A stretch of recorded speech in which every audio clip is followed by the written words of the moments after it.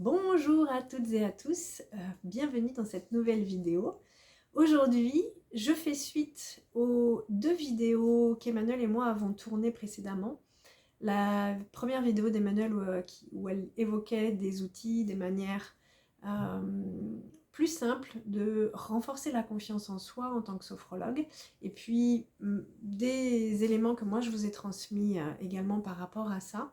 Ce qui me venait ce matin, et j'avais envie de le partager avec vous, ce qui me venait ce matin, c'est le fait que, notamment par rapport à la confiance en soi, quand on est sophrologue, quand on choisit de s'installer en tant que sophrologue, on n'a pas tellement de doutes par rapport au fait de pratiquer, de pouvoir proposer et des techniques et des outils qui vont permettre d'accompagner les personnes, qui vont nous permettre en tant que sophrologue d'accompagner et de proposer des outils, des techniques pour que les personnes puissent résoudre leurs difficultés, améliorer le ce pourquoi elles viennent dans nos cabinets, le ce pourquoi elles viennent nous consulter. Par contre, ce qui est plus complexe, c'est, et qui vient justement mettre le grain de sable dans cette fameuse confiance qu'on pourrait avoir en nous, c'est le fait justement d'avoir des clients.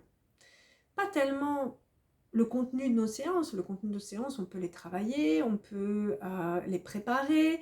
De toute façon, la personne qui vient, elle attend de nous qu'on lui propose des choses, ce que nous faisons, et donc elle repart avec, dans 99% des cas, un état de mieux-être par rapport au moment où elle est arrivée.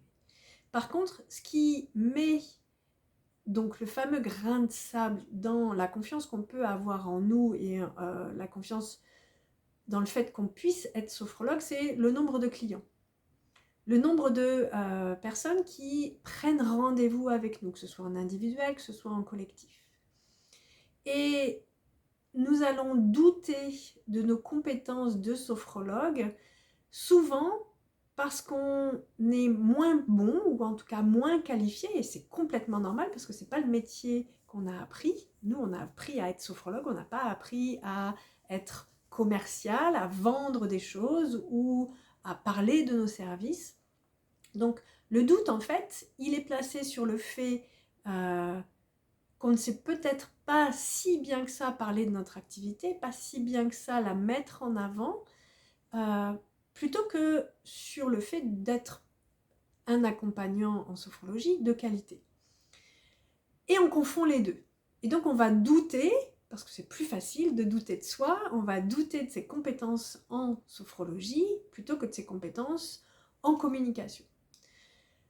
Ce qui se passe souvent, c'est parce que c'est pas notre métier, en tout cas pour la plupart, ce qui se passe souvent, c'est que nous mettons en place, et ça nous prend du temps, ça nous prend de l'énergie, ça nous demande souvent de sortir de notre zone de confort, de nous booster.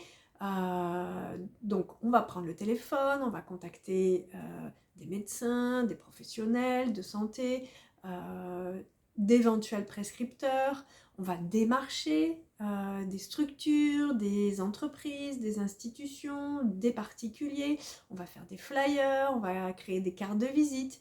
Et parce que nous faisons ça, nous avons intégré, ou en tout cas nous pensons que une action égale un résultat. C'est-à-dire que si je distribue mes flyers dans toutes les boîtes aux lettres de ma ville, par exemple, je m'attends à avoir de nombreux retours par rapport à cette action-là, l'action de distribuer des flyers. Si je prends mon téléphone pour contacter un médecin, par exemple, je vais m'attendre à avoir un rendez-vous avec ce médecin et puis que s'en suivent des prises de rendez-vous de personnes envoyées par ce médecin.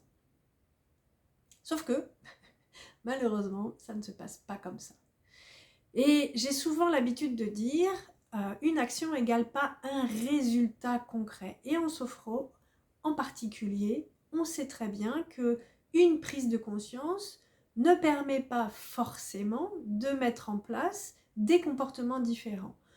Une prise de conscience nous permet juste d'être conscient et conscient qu'on peut modifier des choses. Donc là, en l'occurrence, une action n'égale pas un résultat concret, n'est pas égal à un nouveau client ou une nouvelle prise de rendez-vous. Par contre, toutes les actions que vous menez amènent à un résultat qui est parfois visible et qui est parfois invisible, qui est parfois instantané et qui parfois met beaucoup plus de temps à nous amener une réponse en retour.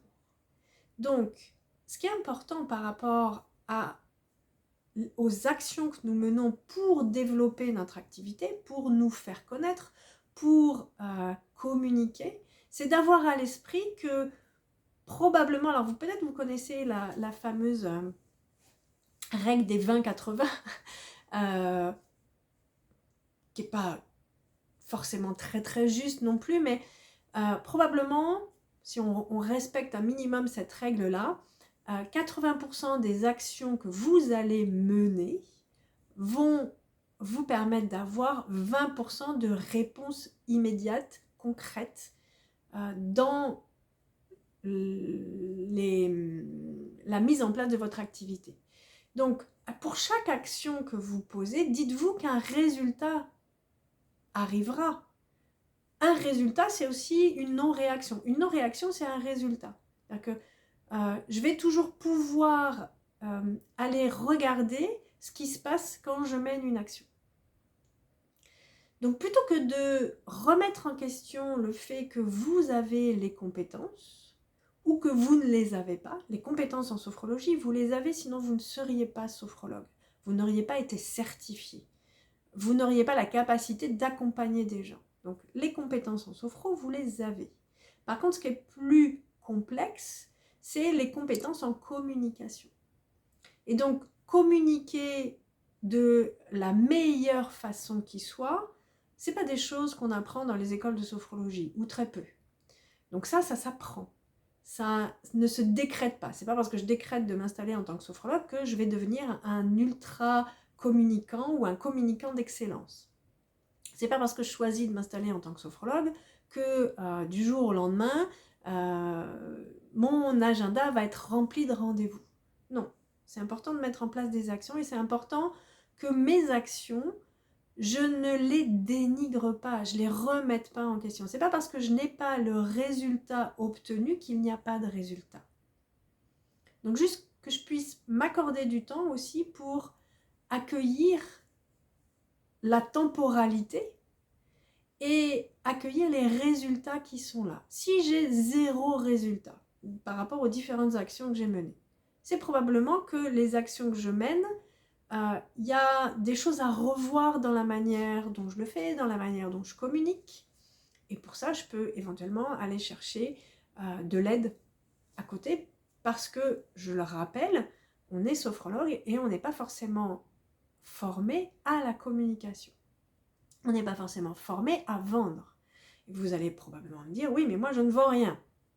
Si, à partir du moment où il y a une transaction financière, à part si vous pratiquez la sophrologie en tant que bénévole, mais à partir du moment où il y a une transaction financière, c'est que vous vendez quelque chose. Et là, en l'occurrence, vous vendez un service. Donc, si effectivement, toutes les actions que vous menez amènent de votre point de vue à un résultat nul ou quasi nul, c'est probablement qu'il y a des choses à revoir. Probablement que vous avez besoin d'acquérir des compétences dans certains domaines. Ça ne veut pas dire que vous êtes nul, ça ne veut pas dire que vous devez remettre en question le fait d'être sophrologue ou pas. Ça veut juste dire qu'il y a des petites choses qui méritent d'être réajustées, qui méritent d'être apprises, et avant d'apprendre, qui méritent peut-être d'être comprises.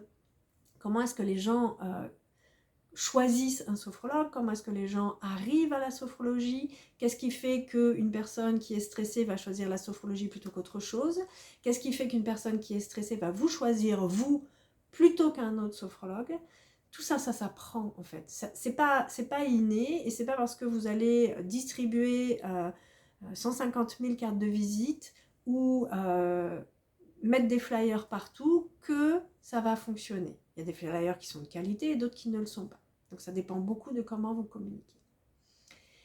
Voilà, c'était ma petite contribution du jour. Donc s'il vous plaît, posez-vous la question quand vous remettez en question vos capacités, juste posez-vous la question de, ok, déjà je prends le temps, je ferme les yeux, je respire.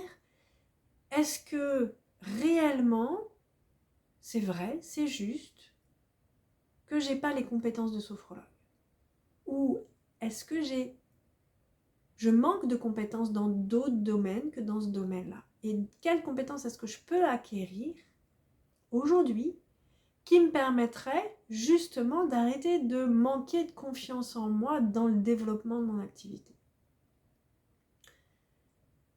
Si vous souhaitez, avec Emmanuel, nous lançons un nouveau programme d'accompagnement sur une année dans lequel on parle de toutes ces choses-là. Emmanuel, elle est spécialiste de la communication puisque c'est son ancien métier.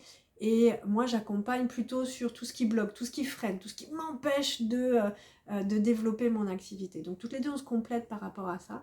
Et on lance un nouveau programme d'accompagnement d'une année à partir de la mi-octobre. Et nous vous proposons, si vous le souhaitez, de participer à une webconférence dans laquelle nous présentons notre programme d'accompagnement. Cette webconférence aura lieu le 26 septembre prochain et je vous mets tous les liens en dessous. Et si vous aimez ce que avec Emmanuel nous partageons, pensez juste à le partager avec d'autres personnes, pensez à liker, ça coûte rien, et puis nous, ça nous permet aussi de pouvoir vous proposer de nouvelles choses, de pouvoir communiquer avec vous. C'est pour ça que c'est important aussi que vous mettiez en commentaire ce qui se passe pour vous, si vous êtes ce qui se passe quand on vous raconte des choses, quand on évoque des choses, est-ce que c'est juste, est-ce qu'il vous manque encore des éléments? Donc nous, on a vraiment envie que vous partagiez tout ça avec nous, et la meilleure manière de le partager, c'est de mettre des commentaires juste en dessous.